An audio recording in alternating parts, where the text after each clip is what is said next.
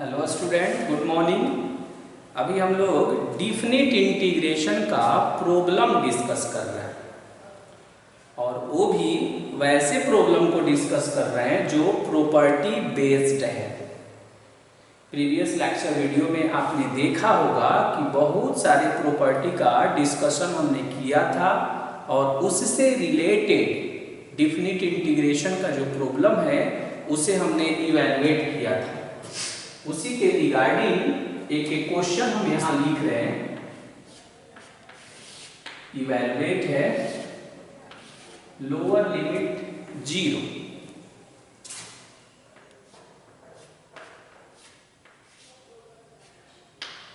π/2 है और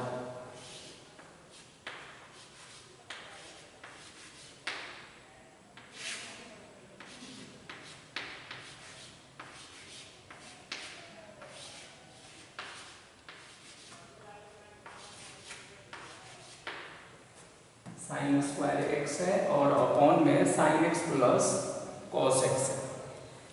ये एक इंटीग्रल है और ये वेरी वेरी इंपॉर्टेंट है। देखने से बहुत सिंपल लग रहा है और बहुत सिंपल है भी। आप देखेंगे जब इसे हम इवैल्यूएट करेंगे तो ये वेरी वेरी सिंपल है। तो क्या करेंगे, पहले हम एज यूजुअल इसे पहले हम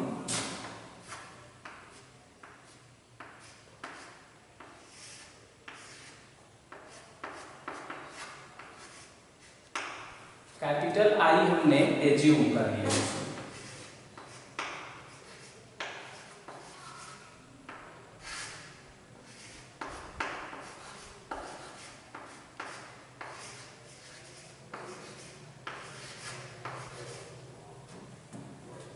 ये इसे क्या करेंगे हम कि इसे फर्स्ट इक्वेशन हम एज्यूम करेंगे और इसमें इस प्रॉपर्टी का हम यूज करेंगे यूजिंग, जिसमें वेरिएबल रिप्लेस हो सकता है लोअर लिमिट प्लस में अपर लिमिट और माइनस में वेरिएबल।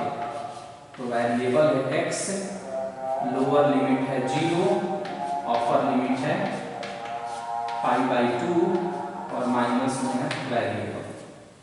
जहाँ पर हम वेरिएबल को रिप्लेस कर सकते हैं lower limit plus upper limit minus variable से। अब क्या करेंगे ना कि जहाँ जहाँ x है, जहाँ जहाँ x है वहाँ वहाँ π/2 माइनस x लिख देंगे हम।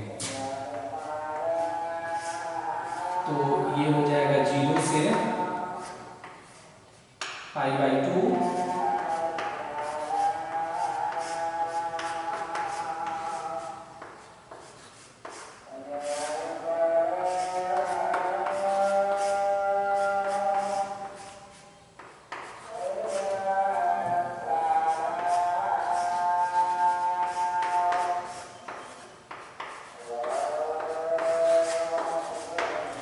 क्या किया मैंने, जहां जहां x है वहां वहां π/2 माइनस x रख दिए। और ये कौन से प्रॉपर्टी से इंस्पायर्ड है? तो इस प्रॉपर्टी से जो कहता है कि वेरिएबल के पोजीशन पर lower limit plus upper limit minus variable को रिप्लेस किया जा सकता है। तो जब हम ऐसा करेंगे तो कितना होगा, sin 90 माइनस थीटा, तो ये होगा cos थीटा यानी cos square x। sin 90 minus theta तो cos x होगा, cos 90 minus theta sin x होगा, dx होगा। और ऐसा करने से इंटीग्रल पर कोई इम्पैक्ट नहीं पड़ेगा और इस तरह से ये बनेगा मेरा इक्वेशन नंबर 2। अब क्या करेंगे कि एज यूजुअल फर्स्ट इक्वेशन और सेकंड इक्वेशन को ऐड करेंगे। फर्स्ट इक्वेशन और सेकंड इक्वेशन को ऐड करेंगे तो बताइए कितना आएगा। तो यहां मैंने लिखा एडिंग फर्स्ट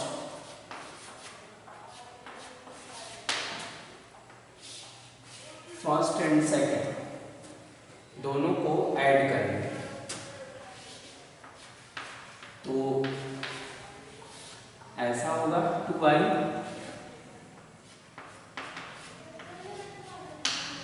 अब देखिए दोनों के डिनोमिनेटर को देखिए, यानी दोनों के हर को देखिए, तो दोनों का हर एक जैसा है,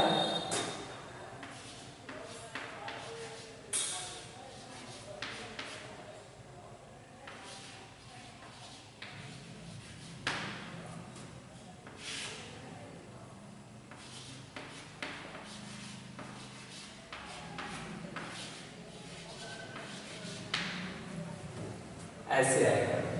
दोनों का डिनोमिनेटर एक जैसा है और दोनों को जब ऐड करेंगे तो इसका न्यूमरेटर है साइन स्क्वायर एक्स और इसका न्यूमरेटर है कॉस स्क्वायर एक्स। तो अब में हो जाएगा sine square x plus cos square x और ये हुआ आपका dx। अब इस पे आइडेंटिटी अगर हम यूज करें तो 0 से π/2 और dx अपॉन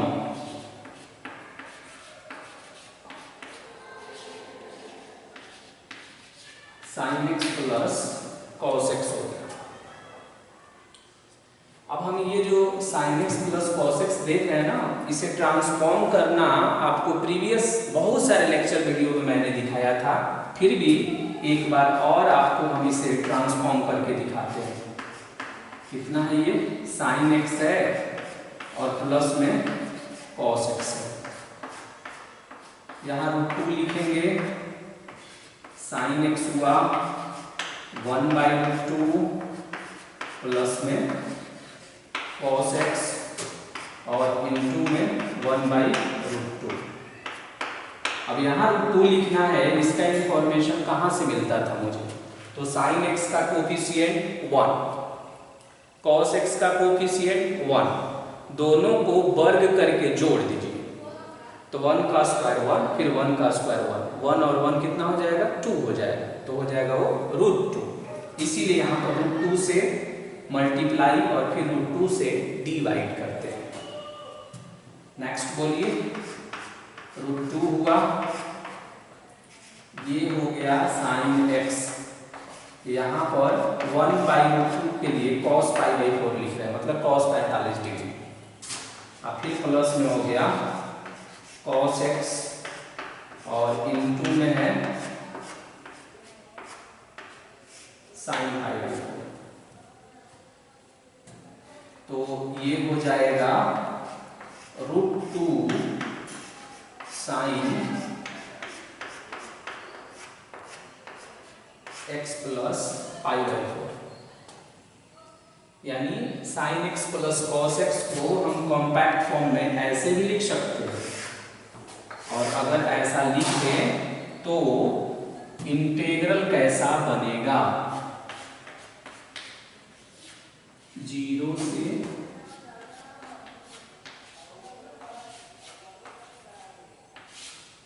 और ये कितना हो जाएगा √2 और इधर 2i था,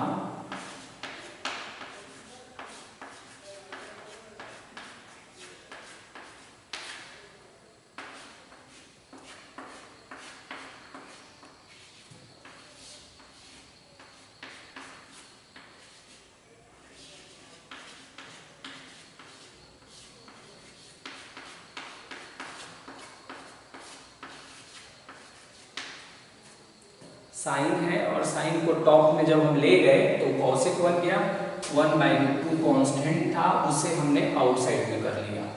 अब आप कॉसेक का इंटीग्रेशन बोलिए, तो कॉसेक का एक इंटीग्रेशन हम यूज करते हैं log tan और x/2, तो ये होगा x/2 और प्लस में π/8 ब्रैकेट क्लोज, और ये हो गया आपका 0 से π/2 log tan x/2 और प्लस में कितना हो गया π/2। कैसे? तो इसका फॉर्मूला होता है log tan x/2। ऐसा भी एक आपने इसका इंटीग्रल फॉर्मूला पढ़ा है। तो ये पूरा x का काम कर रहा है, तो इसमें 2 से डिवाइड करिए तो x/2 और ये π/8 हो जाएगा। ओके, अब क्या करेंगे, 1/√2 हुआ, जहां जहां x है वहां वहां π/2 रखिए। तो बताइए कितना होगा, log tan और π/4 आप प्लस में π/8 माइनस log tan, जहां जहां x है वहां वहां 0 रख दीजिए। तो ये हो जाएगा 0 और प्लस में हो गया π/8 ब्रैकेट क्लोज।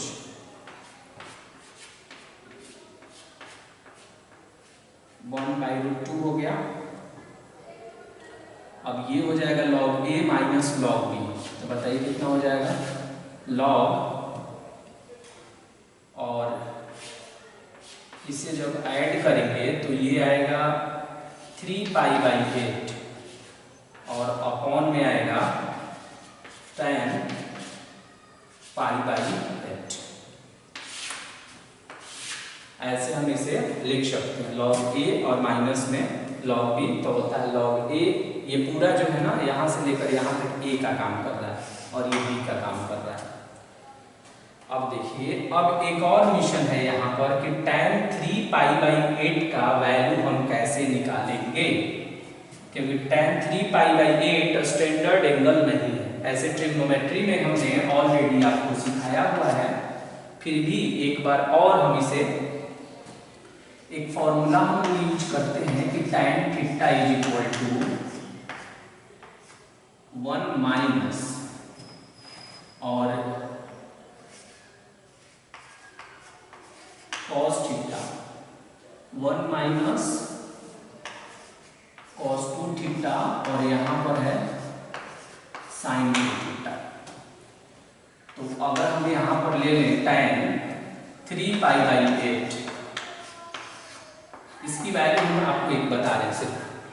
तो देखिए, इस एंगल का 2 गुना होता है, तो 1 माइनस cos 3π/4 अपॉन sin 3π/4 हो जाएगा। इसका 2 गुना करेंगे तो ये आएगा।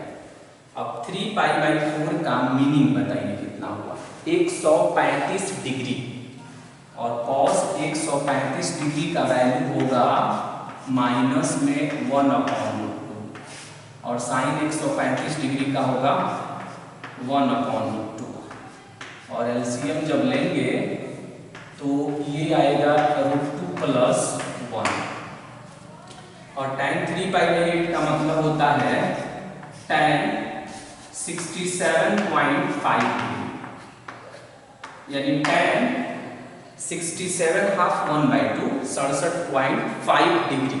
इस तरह से इसका वैल्यू नहीं निकाल पाते, इसीलिए हमने यहाँ पर इसे कैलकुलेट कर दिया आपके लिए। उसी तरह निकालिएगा tan π/8 का निकालिएगा, तो देखिएगा आएगा √2 - 1 आएगा। ऐसे इस वैल्यू को मैंने, ये तो अभी हमने निकाल दिया, बट आप इसे याद भी करेंगे कि tan 67.5 का वैल्यू होता है √2 + 1 और tan π/8 मतलब कि 22.5 का वैल्यू होगा √2 - 1। ऐसा करने से बताइए क्या होगा, इधर 2i हो गया, 1/√2 log हो गया, और ये हो गया आपका √2 + 1 और ये हो गया √2 - 1 ब्रैकेट क्लोज। 2 को इधर ला लीजिए, then capital I will be 1/2√2 log, इसको रेशनलाइज करिए, इसका परिमेयकरण करके बताइए कितना आएगा। इसका परिमेयकरण करेंगे तो ये आएगा √2 + 1 का होल स्क्वायर और अपॉन में √2 का स्क्वायर और माइनस में 1 का स्क्वायर। ओके, ऐसे आएगा, इसको रेशनलाइज करेंगे। अब ये तो 1 बन जाएगा, इसका हर जो है 1 बनेगा, तो हर जब इसका 1 हो जाएगा तो कोई मीनिंग नहीं है। और ये जो पावर आप देख रहे हैं ना, ये पावर ये बैक में आ जाएगा, तो कितना हो जाएगा 1/2√2 और इंटू में 2 log और √2 प्लस में 1 होगा। इस 2 से ये 2 कैंसिल हो जाएगा, तो ये आएगा 1/√2 log √2 प्लस 1। यहाँ भी छोड़ सकते हैं ऐसे भी, और अगर रेशनलाइज कर देंगे तो और बेस्ट हो जाएगा। तो फाइनल आंसर कितना आ रहा है 1/√2। इसे थोड़ा और हाईलाइट कर देते हैं, 1/√2 log √2 प्लस 1, यही आ रहा है कैपिटल I का वैल्यू। तो इस तरह हमने इस क्वेश्चन को कंप्लीट कर लिया। अब इसमें देखेंगे ना तो एक प्रॉपर्टी का यूज किया गया है, और वो प्रॉपर्टी क्या है, lower limit plus upper limit और माइनस में वेरिएबल। और दूसरी जो इम्पोर्टेंट बात है, पहली इम्पोर्टेंट बात वो है, दूसरी इम्पोर्टेंट बात ये है कि जब उसका ट्रांसफॉर्मेशन किया हमने, sin x plus cos x may be written in the form of √2 into sin x plus π/4। आपको बता दें कि जब इसका रेंज निकालते हैं ना, उस कंडीशन में भी इसको ऐसे ट्रांसफॉर्म करते हैं। अगर sin x plus cos x का रेंज फाइंड करना है तो भी हम इसे ट्रांसफर करते हैं। इसे फुल्ली सिंगल साइन बना दीजिए या सिंगल कॉस बना दीजिए, यही एजेंडा होता है। तो हमने इसे सिंगल साइन बना दिया। फिर जब यहाँ आते हैं तो साइन है जब ऊपर में पहुंचा तो कॉसेक हो गया, और कॉसेक का इंटीग्रेशन होता है log tan x/2।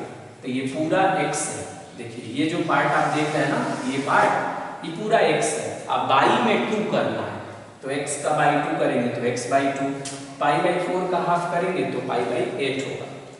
जब वहां तक हम पहुंच गए तो फिर यहाँ पर आकर हम फंस गए।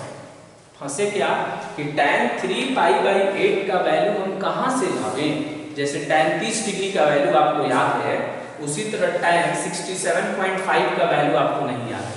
3π/8 को जब डेसिमल में चेंज करेंगे ना, पाई के जगह पर 180 डिग्री रखकर, तो 67.5 आएगा। तो उसका वैल्यू मुझे नहीं मालूम है, तो उसके लिए हमने एक टॉप आइडेंटिटी लिखा ट्रिग्नोमेट्री का। ट्रिग्नोमेट्री में जाकर जब आप इसका लेक्चर वीडियो देखेंगे तो वहां हमने ये भी बताया कि इस आइडेंटिटी को कैसे ऑब्टेन किया जाता है। तो इस आइडेंटिटी को आपको भी याद रखना चाहिए, और उसी में थीटा के जगह पर 3π/8 रख दिए।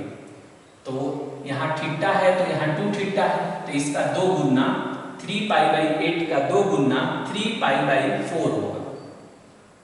इस तरह से tan 67.5 का जब हम वैल्यू निकालेंगे तो ये √2 प्लस 1 आएगा। tan π/8 निकालिएगा तो √2 - 1 आएगा। तो डायरेक्ट हमने यहाँ पुट कर दिया, फिर थोड़ा सा सिंप्लीफाई किया हमने और रिजल्ट को हमने ऑब्टेन कर लिया। ओके, और इस तरह से ये क्वेश्चन कंप्लीट हो गया।